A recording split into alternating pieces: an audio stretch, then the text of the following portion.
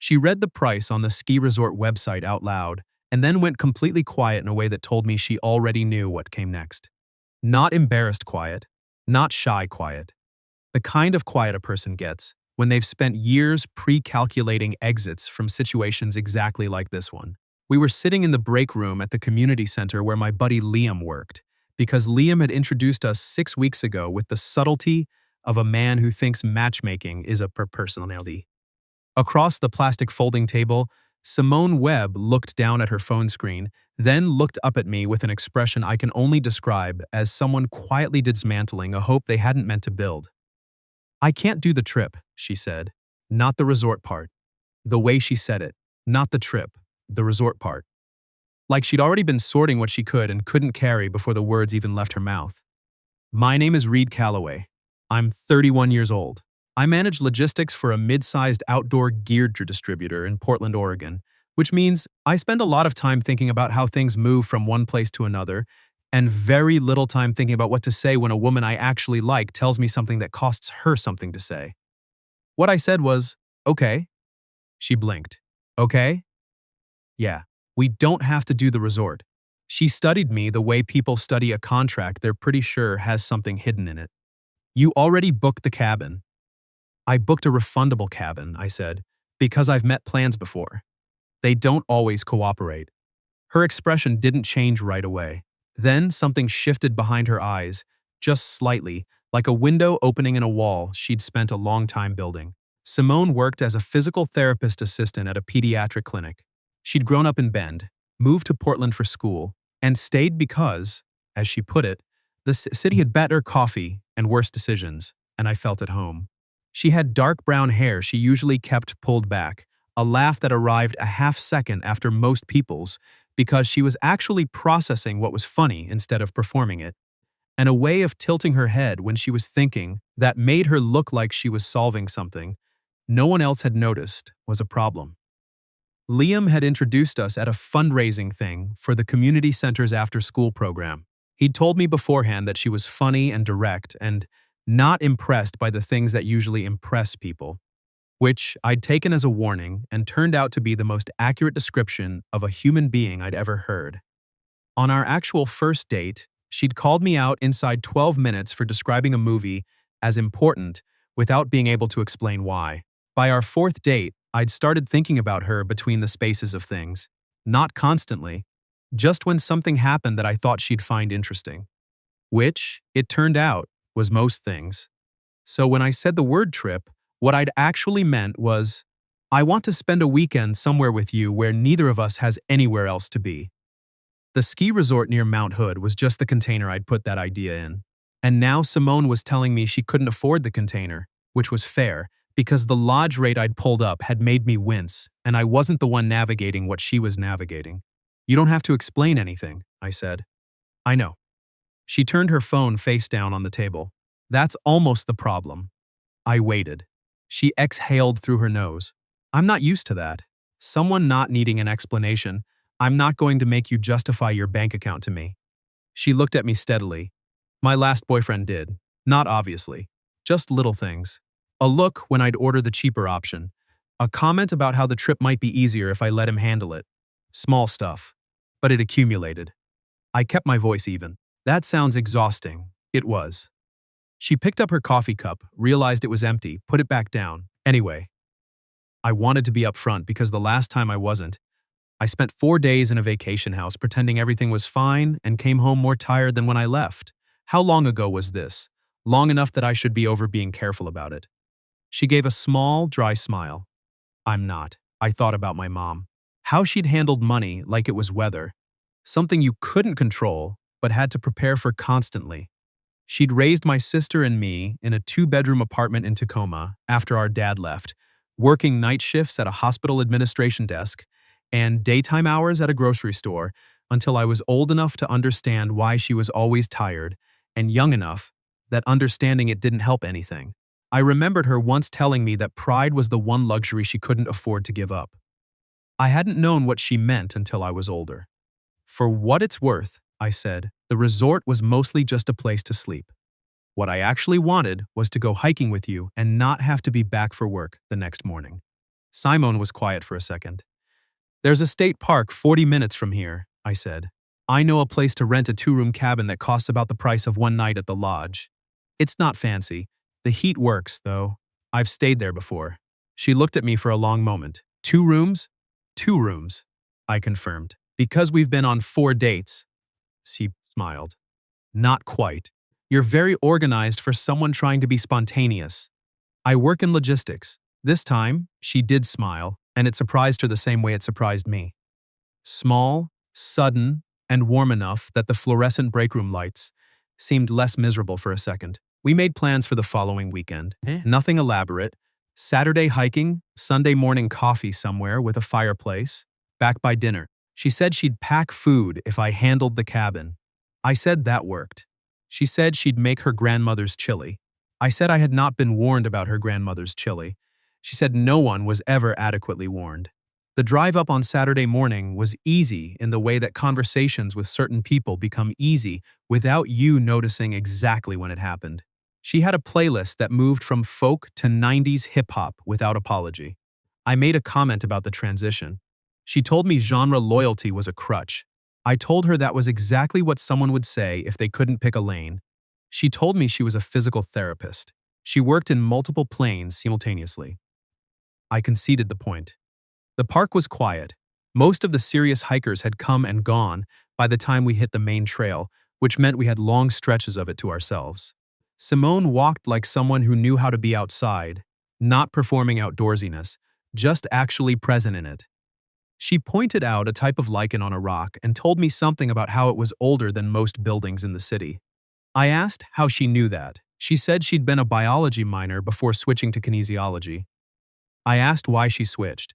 She said, bodies are more interesting when they're moving, and when they're not.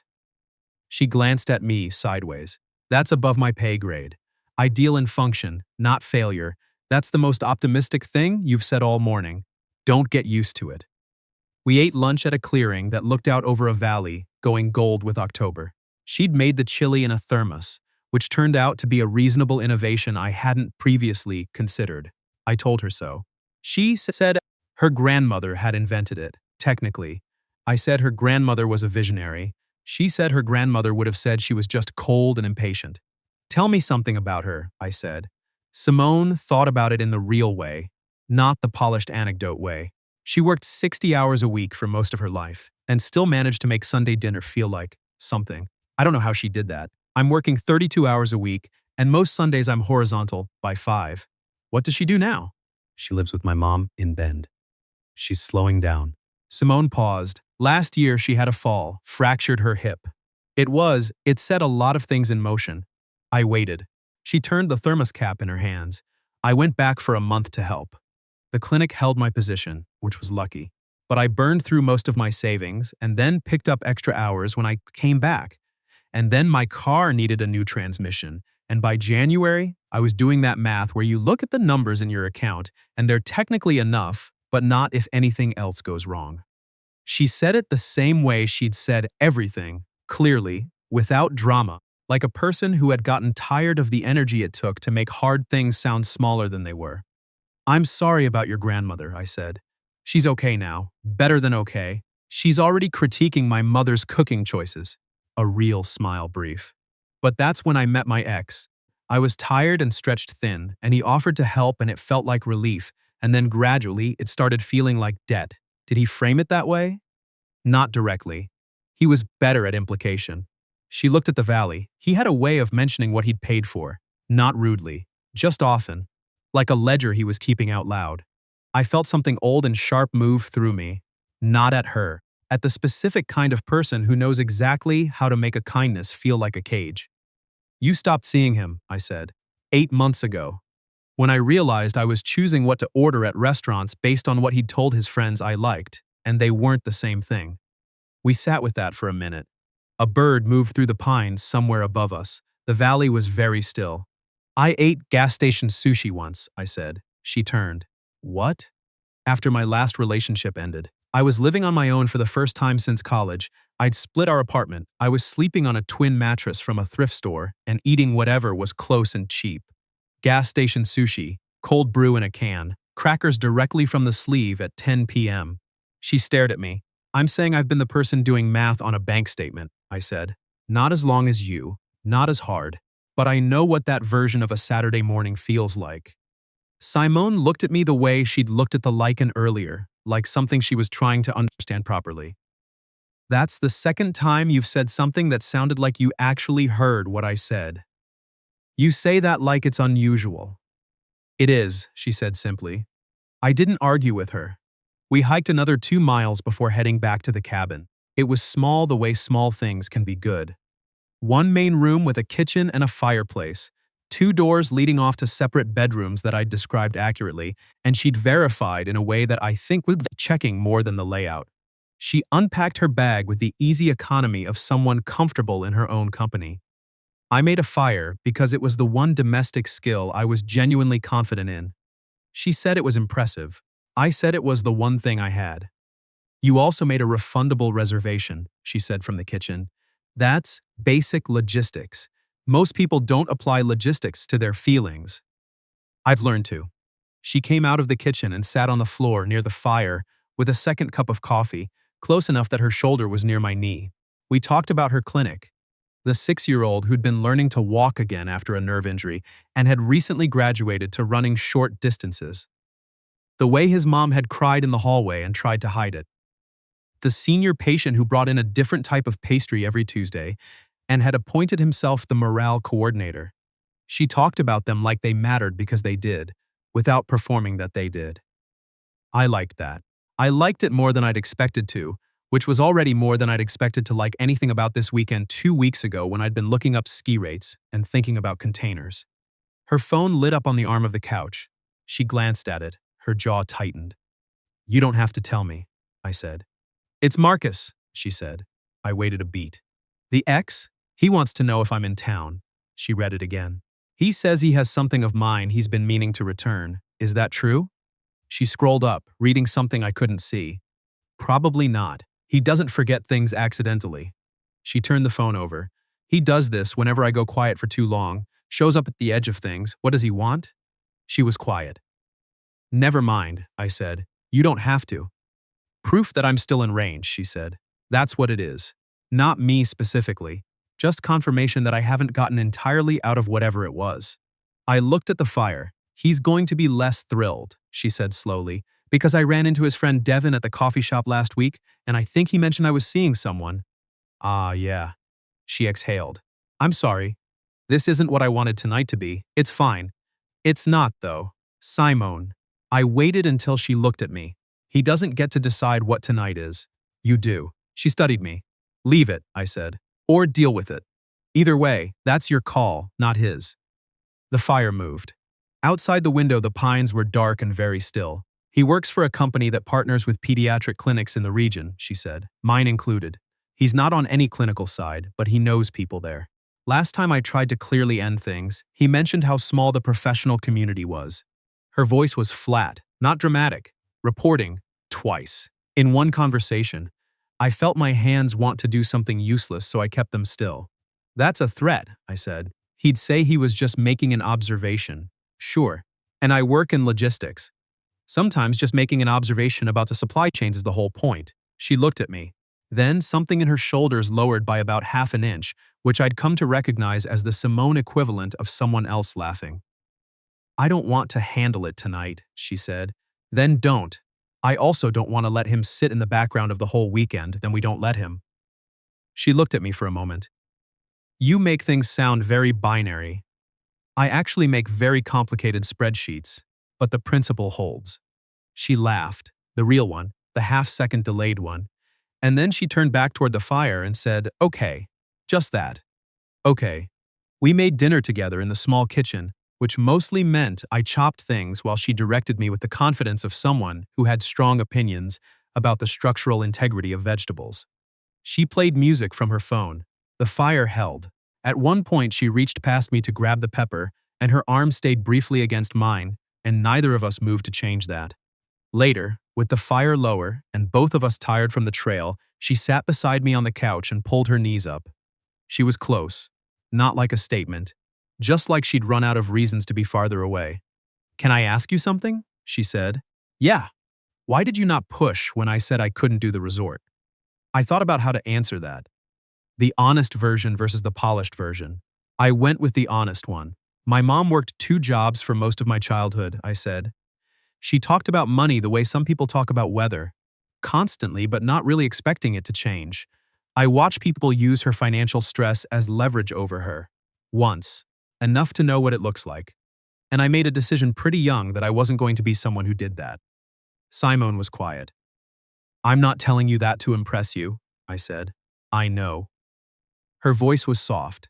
That's actually how I know you're not. She leaned her head against my shoulder then, not like a big gesture, just like the next natural place for it to go. I didn't move. She didn't apologize for it.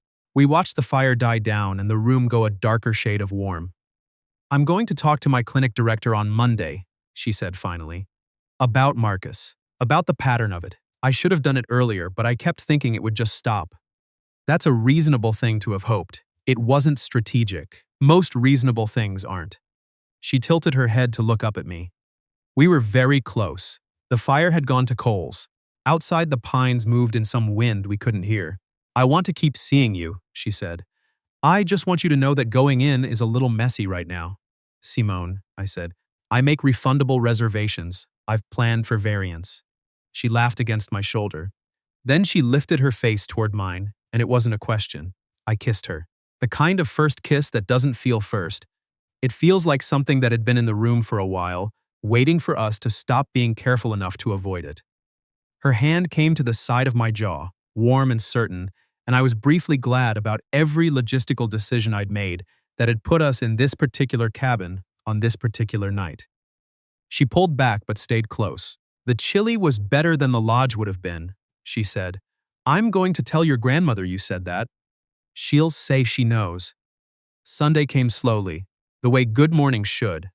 She was already up when I got to the kitchen, standing at the window with coffee, watching mist sit in the pines. She didn't hear me at first, and I stood in the doorway and watched her watch the trees, and I thought, this is a person who knows how to be somewhere. Not performing being somewhere. Just actually there. She turned. You're staring. I'm standing in a doorway. You're in my line of sight. That's a very logistical excuse for staring. It's accurate.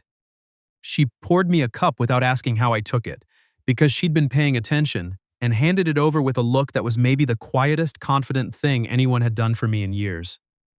We drove home Sunday afternoon with the windows cracked and the playlist back on. At a rest stop outside of Sandy, she checked her phone. He'd sent 2 more messages. She read them, put her phone in her bag, and didn't take it back out for the rest of the drive. Okay? I asked. Getting there, she said, faster than usual. On Monday, she talked to her clinic director. She told me that night over the phone, not that I asked, but that she wanted to. The director took it seriously. There were channels. She wasn't the first person who'd had friction with how Marcus operated around the professional edges of his connections, which made her angry in the way you get angry when you realize you weren't the first to not say something. It's not resolved, she said, but it's out of my head and into something official, which makes it smaller. That's how most things work, I said. They seem bigger when they're only yours. She was quiet for a second. That's annoyingly true. I work with supply chains. Everything looks different once you map it. Stop being useful. I'm trying to be stressed. I'll give you a window. She laughed. I heard her settle into whatever chair she was in. Thank you, she said. For the weekend, the chili was good. It was great, actually. It was exceptional. I have high standards now. Other chili is going to suffer. That's Grandma's legacy. She's okay with that. We talked for another hour about nothing important, her Tuesday schedule. My Wednesday shipment that was going to be a headache. A podcast she was halfway through that she thought I'd like. A podcast I was halfway through that I described poorly enough that she immediately said she would not like it. She wasn't wrong. By November, we'd settled into a rhythm. Weekend hikes when the weather held. Takeout on the couch when it didn't. She kept a few things at my place with the ease of someone who decided not to make it complicated, and I'd stopped thinking about it in terms of steps and started thinking about it in terms of Tuesday. The Marcus situation resolved itself quietly, the way those things sometimes do when someone realizes the leverage they thought they had, has been documented and reviewed by people who aren't impressed by it. He didn't disappear entirely, but he moved to the edge and then to somewhere past the edge, and after a while, Simone stopped noting where he was. One evening in December, she came by after a long shift, still in her scrubs, and sat down at my kitchen table and put her head in her hands in the boneless way of someone done with a day that had taken everything. I heated up leftover soup. I didn't say anything, because there wasn't anything to say. She ate it without lifting her head very much. Eventually, she looked up. 6-year-old I told you about, she said. The runner, I said. He got discharged today. He doesn't need us anymore. I understood what that was. The particular grief of a good outcome. His mom asked for a photo of the whole team, she said, and he told me I was his favorite because I always let him pick the color of the resistance band. She was quiet for a second. Green, she said. Always green. Every single time. I put my hand over hers on the table. She turned her palm up and held on. In February, I found out the cabin was available the same weekend we'd gone in October. I booked it.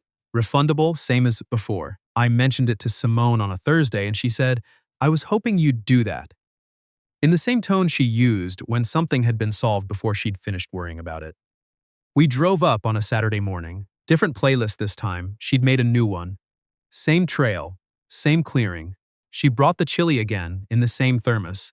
And when we sat at the same spot, looking out at the valley, different colors now, February gray and green instead of October gold, she leaned against me and said, I almost didn't say it, I know. At the break room, the resort thing, I almost just said the plan sounded great and figured it out later and spent the whole time managing. I know. She looked up at me. You couldn't have known that. I know what the other version of that weekend looks like, I said. You a little quieter than you wanted to be. A little more careful about every small thing.